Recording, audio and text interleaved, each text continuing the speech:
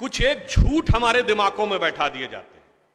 जैसे आप सब ने यह कथा पढ़ी होगी कि एकलव्य का अंगूठा कटवा लिया द्रोणाचार्य ने, पढ़ा है ना आप सब ने? पर ये बताइए कितनों ने महाभारत में स्वयं पढ़ा है? मेरे विचार से हम में से किसी ने भी कभी महाभारत में वह प्रसंग पढ़ा ही नहीं होगा एकलव्य वाला। और अगर हम यह भी विनम्रता से पूछे कि महाभारत के कौन से चैप्टर में है, तो भी शायद हम में से किसी को ध्यान नहीं होगा कि महाभारत के वन पर्व में एकलव्य का उल्लेख है। मगर देखिए मार्क्स और मैकाले का प्रभाव कि हमारे दिमागों में ऐसा भरा हुआ है कि हम ग्लानि से आबद्ध हैं बगैर पढ़े हुए। अब मैं आपसे कहूंगा, जाइएगा, जाकर पढ़िएगा। अवेलेबल हो तो इंटरनेट पे जाके सर्च कर लीजिएगा, ना हो तो राम जो महाभारत सीरियल आया था उसका एपिसोड जाके यूट्यूब पे देख लीजिएगा।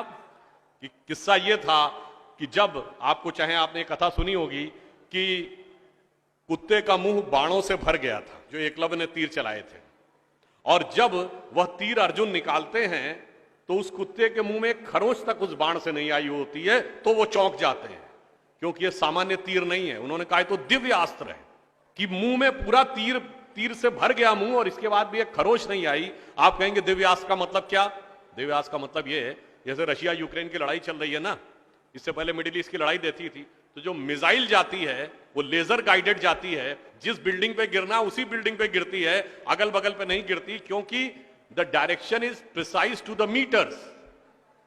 पर अगर मुंह के अंदर जाए और खाल पर खरोच ना आए, इसका मतलब it is so much strongly guided that it is precision to the micrometers. तो जब ये वो देखते हैं ये दिव्यास्त्र चलाना, तो उन्होंने कहा दिव्यास्त्र राजा चला सकता है, ये कैसे सीखा इसने? तो जब द्रोणाचार्य उससे पूछते हैं कि तुमने ये किससे सीखा, तो कहता आपसे सीखा गुरुजी। कहते मैं तो तुम्हें जानता नहीं बालक, तुम अपना परिचय दो। अब यहीं पर बिंदु। एकलव्य क्या कहता है? मैं मगध नरेश जरासंध के प्रधान सेनापति हिरण्यधनु का पुत्र एकलव्य।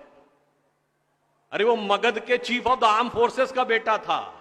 यदि आप ये कह रहे हैं कि वनवासी था, तो ये भी पूरा वाक्य तो पूरा करो कि वो सेना अध्यक्ष था। मगर देखिए कितनी चालाकी से छुपा लिया आधे तथ्य को, और उसके बाद हमारे दिमागों में भर दिया कि ये बहुत गलत किया गया। बताइए, हमारे हिंदू धर्म के दो महाकाव्य, रामायण और महाभारत, दोनों का रचयिता कौन? रामायण का रचयिता महर्षि वाल्मीकि, जो संस्कृत के आदि कवि माने जाते हैं। आज जो वाल्मीकि समुदाय है वो किसमें आता है? शेड्यूल कास्ट में। महाभारत के रचयिता और वेदांत और मीमांसा के रचयिता महर्षि वेदव्यास, जिनकी मां मछुआरिन थी, वह समुदाय किसमें आता है? कुछ राज्यों में, दिल्ली में शेड्यूल कास्ट में, यूपी में अति पिछड़े में। तो मेरे भाई, संत रैदास, नामदेव, कबीर, दादू, ये सब पूज्य संत हुए, फिर भी हमारे दिमागों में ये भरा जाता है। और कौन भरता है? वो लोग भरते हैं जो अपने यहां समाज के गरीब वर्गों की खरीद फरोख्त करते थे। और आपको यह भी बात बता दूं, जब हम कभी अपने यहां कहते हैं फॉरेन ट्रेवलर्स ने दिखाओ क्या लिखा है, तो मैं यह बात आपसे कहता हूं, इसको भी जाके चेक कर लीजिएगा। किसी फॉरेन ट्रेवलर का सबसे ऑथेंटिक जो रेफरेंस माना जाता है, वो चंद्रगुप्त मौर्य के समय में मेगस्थनीज आया था ग्रीस से, जिसने अपनी किताब लिखी है इंडिका, आज से 2300 साल पहले।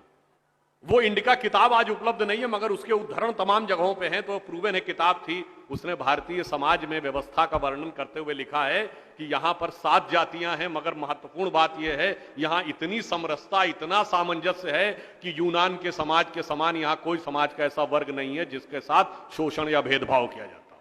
ये एक विदेशी लिख रहा है। और मैं एक और बात आपसे बताना चाहता हूं, बहुतों को नहीं पता होगा, गांव में पंचायत होती है ना, ये पंचायत में 5 की संख्या कहां से आती है?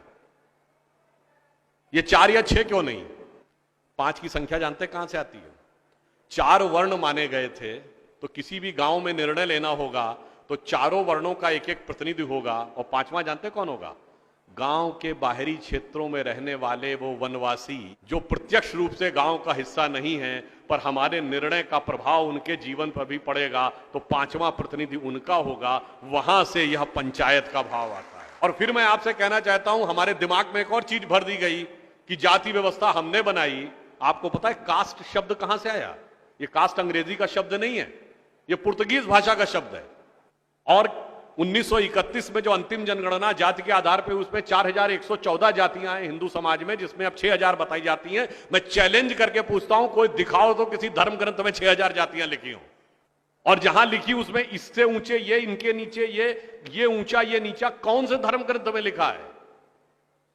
ये माली ऊंचे की तेली ऊंचे, सुनार ऊंचे कि लोहार ऊंचे, कहां लिखा है? जानते हैं कहां लिखा है? एक British census commissioner Herbert Risley द्वारा किए गए सेंसस में हिंदू समाज को जातियों में विभाजित करके ऊपर से नीचे तक लिखा गया, और फिर वो हमारे ऊपर अध्यारोपित कर दिया गया है। हमारे दिमागों में कैसी कैसी बातें भरी जाती हैं। एक थोड़ा लिबर्टी लेते हुए यह भी कहना चाहूंगा, महिलाओं को पढ़ने का अधिकार नहीं दिया जाता था। अब ये बताइए, हमारे यहां दिल्ली में लोगों को ध्यान नहीं होता है, आप लोगों ने मैत्री कॉलेज और गार्गी कॉलेज है ना, ये मैत्री और गार्गी कौन थी? ये वैदिक काल की 20-22 विदुषी स्त्रियों में से एक हैं। गार्गी ने ऋषि याज्ञवल्क्य के साथ शास्त्रार्थ किया। फिर मैं चैलेंज करके कहता हूं, दुनिया में कोई दूसरा धर्म संस्कृति बताइए जहां धर्म पे टिप्पणी करने का अधिकार किसी महिला को हो और किसी धर्म के ज्ञाता के साथ शास्त्रार्थ करने का अधिकार। फिर हमको समझाया जाता है कि हमारे यहां बराबरी नहीं थी। अरे आप सबको याद हो, सबसे प्रख्यात शास्त्रार्थ कौन सा है? आचार्य मंडन मिश्र और आदि शंकराचार्य के बीच में। दोनों के बीच में जो शास्त्रार्थ हुआ, उसका जज कौन था? आचार्य मंडन मिश्र की पत्नी उभय भारती। फिर मैं चैलेंज करके पूछता हूं, पहले दुनिया कोई धर्म बताइए जहां टिप्पणी करने का अधिकार स्त्रियों को हो और जज बनने का अधिकार हो डिस्कशन में। उसके बाद हमसे कहते हैं कि साहब बराबरी नहीं थी। इसलिए मैं कहना चाहता हूं कि हमारे यहां तो समाज में जिस प्रकार से एकाकार करके सबको साथ में लिया जाता था, बराबरी का तो आलम यह था, बराबरी नहीं थी। यह सच है, हमारे यहां बराबरी नहीं थी। हमारे यहां मातृशक्ति को पहले रखा जाता था। इसीलिए हम क्या बोलते हैं? सीताराम, सीता पहले राम बाद में। लक्ष्मी नारायण, लक्ष्मी पहले नारायण बाद में। गौरी शंकर, गौरी पहले शंकर बाद में। राधे कृष्ण, राधा पहले कृष्ण बाद में। माता पिता, माता पहले पिता बाद में। और इसीलिए हमारे जितने भी प्रतीक हैं, भारत भी माता है, धरती भी माता है, प्रकृति भी माता है, गीता भी माता है, गंगा भी माता है, गाय भी माता है, गायत्री भी माता है। और ये केवल कोई आध्यात्मिक धार्मिक बात नहीं है। वर्ल्ड की डॉक्यूमेंटेड हिस्ट्री में अगर पहली बार कोई वुमेन रूलर रही है तो गुप्त वंश के समय में 4वीं शताब्दी में प्रभावती गुप्त ने शासन किया है। उसके बाद अहिल्याबाई होलकर, रानी दुर्गावती, रानी झांसी, वो सब तो आपने बहुत सुना होगा। अब वो लोग आके हमको समझाते हैं कि बराबरी नहीं